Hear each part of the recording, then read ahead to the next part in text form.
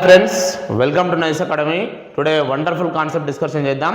Question ఏంటంటే, ఒక లంబకోణ త్రిభుజం యొక్క భుజాలు 5 సెంటీమీటర్, 12 సెంటీమీటర్, 13 సెంటీమీటర్ అయితే దాని వైశాల్యం ఎంత అంటున్నాడు. The right triangle area find up చేయమంటున్నాడు ఇక్కడ క్వశ్చన్. ఇప్పుడు ఏమి ఇచ్చిండు? భుజాలు లంబకోణ త్రిభుజం అన్నాడు కాబట్టి లంబకోణ త్రిభుజం యొక్క భుజాలు. సో ఇప్పుడు ఇది డ్రా చేస్తే 90 డిగ్రీస్. ఇప్పుడు 5 సెంటీమీటర్, 12 సెంటీమీటర్, 13 సెంటీమీటర్. లంబకోణ త్రిభుజం అంటే ఈ ఏదైతే హైపోటెనస్ అనేది పెద్దగా ఉంటుంది కాబట్టి ఇందులో 13 అనేది ఇది అవుతుంది 13 సెంటీమీటర్. రిమైనింగ్ ఇది 12, ఇది 5. Okay right. ఇప్పుడు దాని త్రిభుజం యొక్క వైశాల్యం ఎంత అంటున్నాడు కాబట్టి half into base into height, ఇది formula. So area of the triangle formula, దాని వైశాల్యం.